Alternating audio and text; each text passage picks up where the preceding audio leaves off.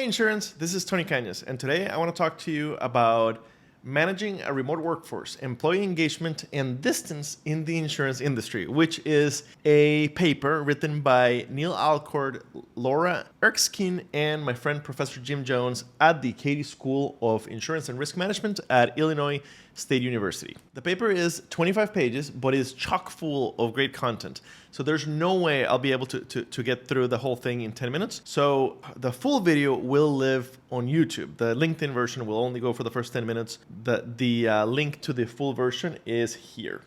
The paper focuses on the need to better engage remote teams. Employee engagement is a critical driver of organizational productivity, competitive advantage, and customer loyalty. The paper looks at employee engagement from several perspectives. They found that the existing research had found that employee engagement is affected by organizational values, by organizational justice, by leadership styles, by perceived organizational support, or POS, and person-organization fit. They didn't find any existing research on the impact of distance on engagement. So they focused their research on that topic. They found that there are multiple types of distance, and they found that out of those types of distances, one type of distance accounts for up to 1/5 of employee engagement levels. And it's not physical distance. How interesting is that? They use the concept of relational distance, a multidimensional measure of distance which takes into account three types of distance. Structural distance, which is the characteristics or properties of a technology task or organization that may influence organizational communications. This includes physical distance, channel of communication, and it also includes frequency of interaction. Then status distance, which is created by differences in socioeconomic factors, power and prestige, and is akin to relationship inequality. And finally, psychological distance, which is a lack of affinity between people and is driven by internal and sometimes unconscious factors. It is comprised of relationship quality and decision-making latitude. They found that status distance and structural distance, including physical distance, had no effect on employee engagement. This is really fascinating, right? For example, I'm a remote employee at Jacobson. Jacobson has a few remote employees. I have been remote my entire time there. And the other 77 people that I work with, about 65 of them are technically work out of the Chicago home office. Needless to say, they've all been home for the last year. So that physical distance, we have not seen each other for over a year. And during my first two years in the company, I only saw them about once a month. It turns out that distance from Chicago to Atlanta, Georgia, where I live, doesn't matter when it comes to engagement in today's world with today's technology. And yet, the funny thing is structural distance gets the most press and the most research. So a lot of the articles out there in both the business press and a lot of the academic papers focus on the wrong kind of distance. On the other hand, psychological distance accounts for up to 1/5 of employee engagement levels and can be improved by doing small and seemingly insignificant things. According to Upwork, 26.7% of the workforce will still be working from home through the rest of 2021, and 36.2 million Americans, which is 22% of the workforce, will continue working remotely as late as 2025. This 22% of the workforce is 22% of the overall workforce, not just a white-collar workforce, much less the insurance workforce. This is a staggering 87% increase from before the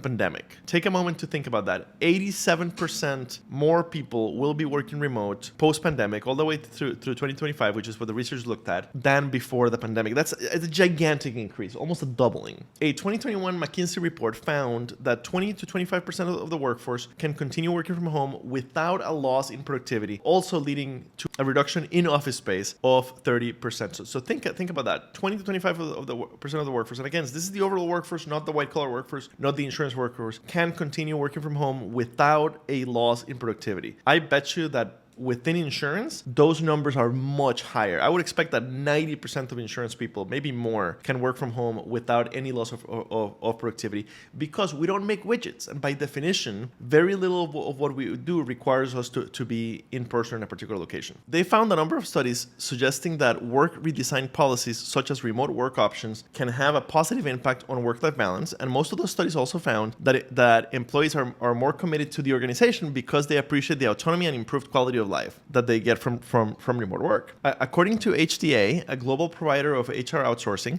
A critical challenge for organizations is understanding how to engage employees in a world where geographical boundaries have no limits and remote work is commonplace. One of the key challenges is how do we create engaged and committed employees from a distance? They found that there's a lot of research finding that performance tends to increase when workers go remote. And there's a few reasons for that. Employees can work in blocks of uninterrupted time, increase work hours made possible by time saved from commuting. This is a huge deal. So basically, if people save an hour from commuting, they might end up working an extra 45 minutes at the end of the day, or they might start working earlier. Certainly what happens in my household. Number three, they can avoid personal distractions caused by not being home.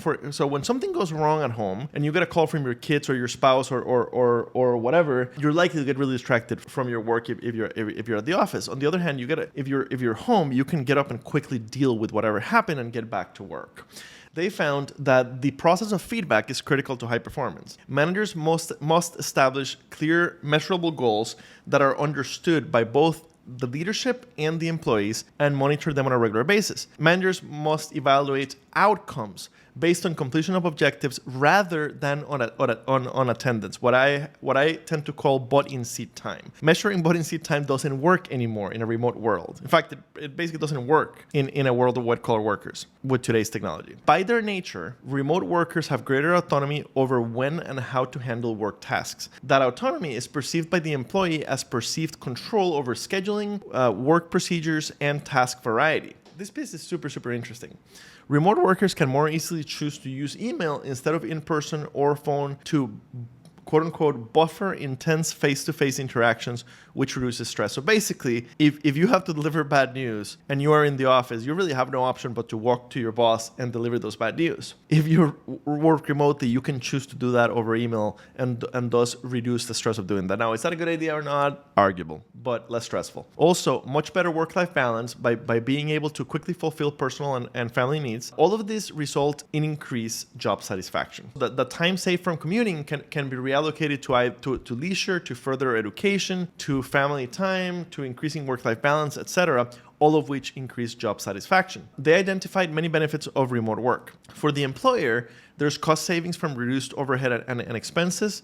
There's a recruitment incentive. Basically, it makes it easier to recruit new employees if they can be remote. It improves retention. It improves employee morale for all the reasons we just talked about. And it increases productivity. It reduces absenteeism. It increases the ability to maintain service levels during adverse conditions, especially in the north where you have bad winter storms. For the employee, they spend less time commuting, which is completely wasted time. It leads to improved concentration and fewer distractions. It leads to improved quality of life, the ability to set work hours to coincide with peak work time, the increased sense of control, increased time with family, reduced stress, time and expense savings, improved work-life balance overall. And for the overall society, it reduces air pollution from decreased commutes, it decreases highway congestion, and it improves health due to less germ sharing, as we've learned in the last year during that pandemic. It does have remote work does have a couple of disadvantages, including a potential feeling of isolation,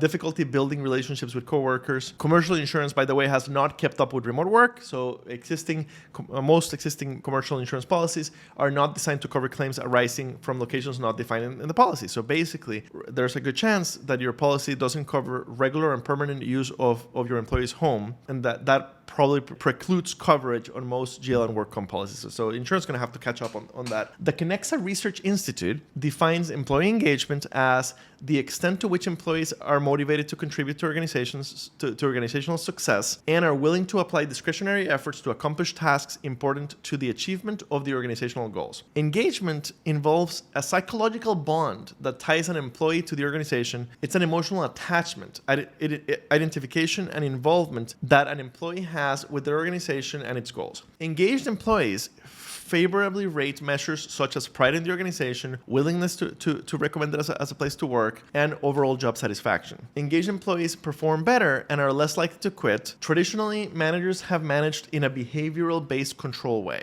evaluating performance based on employees' observable actions, or like I like to call butt-on-seat time. On the other hand, output-based controls refer to a supervisor's evaluation of employee performance based on the assessment of output, products, or deliverables of work, not on the process or behaviors involved in producing those outputs. Output-based controls work much better, or they're the only thing that work in a remote environment. Traditional behavior-based controls really don't, because you can't observe the employee all day. Managers who are unwilling or who lack the training to change their management style would likely see a deterioration in engagement of remote working employees. Makes perfect sense. There's also the very important concept of perceived organizational support, which is defined as the employee's first-hand perception that the organization supports its employees, treats them fairly, and enhances their sense of personal importance and competence by valuing their individual and collective contributions and cares about their well-being. It's quite a concept, quite a mouthful. Employees view POS as proof that aid will be available to get their job done if needed, increased work will be rewarded, and social and psychological needs will be met. Perceived organizational support is especially important for remote workers who have the increased challenge of physical distance. Remote workers perceive permission to work remotely as visible demonstration that the employer trusts them and supports their well-being. They are likely to reciprocate with increased engagement and productivity. And I most definitely see this in myself and my girlfriend. We've both been remote for myself for 3 years, her for about 5. And our employers definitely get increased engagement and productivity from us because of letting us be remote, even before COVID. The report finds that the insurance industry is well positioned to continue to take advantage of remote work in order to obtain the best talent, increase customer satisfaction, and increase improve bottom line results. Improve the ability to source talent from much broader geographic areas. This is going to be especially big for carriers that are based in rural areas, of which there are many. It should also lead to increased customer satisfaction by increased responsiveness even during harsh weather events. Improved employee satisfaction, decreased expense ratio from getting rid of a lot of that office space, especially in expensive cities. The report identifies different types of distance in the workplace. There's the relational distance, which is the multidimensional and interactive distance that exists between individuals, made up of 3 different factors. Structural distance, which includes physical distance, physical separation, status distance, which they couldn't really get my head around, and psychological distance. Employees who receive more autonomy from their supervisors perceive better relationships with their supervisors and are thus willing to put in more effort. One of the key jobs of leaders is to convey a sense of shared purpose to their people. The more frequently that individuals have the opportunity to interact with others, the more likely they are to create a sense of shared meaning around organizational goals. Although physical distance creates conditions where interactions become more difficult, technology saves the day and engagement doesn't decline. So this is very interesting. So what they find with modern technology in white-collar employment, physical distance makes interaction a little more difficult, but technology saves it to the point that there's no decline on engagement. The study found no relationship between physical distance and engagement. Put simply, as long as supervisors are checking in with each of their employees on a regular basis, it doesn't cause problems. What's a regular basis? In my opinion, at least weekly. The biggest finding from this research is that psychological distance is responsible for up to 1/5 of employee engagement. The easiest way to define psychological distance is as a lack of affinity between people. Here's some advice to reduce psychological distance. Number 1, get comfortable with giving your people autonomy and trusting that they'll produce results. If you can't trust them to work from home, don't hire them, basically. Number 2, create cohesion around mission and vision. Number 3, bring people together around ideas. And especially the key ideas of your company. Number 4, get to know your people, let them get to know you. Number 5, understand what each of your people needs to do their best work. Number 6, create opportunities for sharing, listening, and respecting each other, creating a feeling of inclusion. Number 7, create a level of safety around speaking up and challenging ideas and action. This is crucial. Number 8, have conversations that go beyond just work and create personal connections. Number 9, embrace internal social networking apps. Number 10, get the team together at least twice a year. I think Jacobson, my employer, is fantastic in most of these things. Even before COVID, this is exactly what they used to do. Even if 80 to 90% of the company lived in Chicago. Twice a year, outside of the COVID era, twice a year in late January and in mid-June, they bring the whole team together physically for the annual meeting and for the summer outing. Ultimately, knowledge work requires creativity and engagement. And ultimately, the paper calls for a change in management style. The traditional management functions include planning, leading, organizing, and control. Those 4 things remain important, but as you go remote, you need some new ones. Cultivating relationships, focusing on outcomes, and development planning. And ultimately, development planning is the hardest one to understand, but it basically comes down to helping your people grow. And it must go beyond just classroom training. Also include things like interdepartmental experiences, consistent feedback, helping them remain visible at headquarters, cross-functional projects, job rotations, being included in higher level meetings. There was a lot to this paper. 25 pages, just chock full of information. Thank you to Dr. Jim Jones for making me aware of this paper last week and for doing this awesome research. I highly recommend that you go download it, print it, and read it and highlight it and then read it again. There is a lot here and it can really help us. Ultimately, the insurance industry will never be the same post-COVID. Most of insurance, maybe a giant percent of insurance insurance work will be done remotely going forward. You have to get good at it. You have to get good at it now. I'd love to help you do that. Reach out. Let me know how I can help.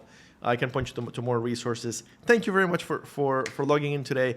If you made it all the way to the end, you are now watching on YouTube, and I would really appreciate if you hit that subscribe button somewhere. Thank you very much. I hope this was helpful.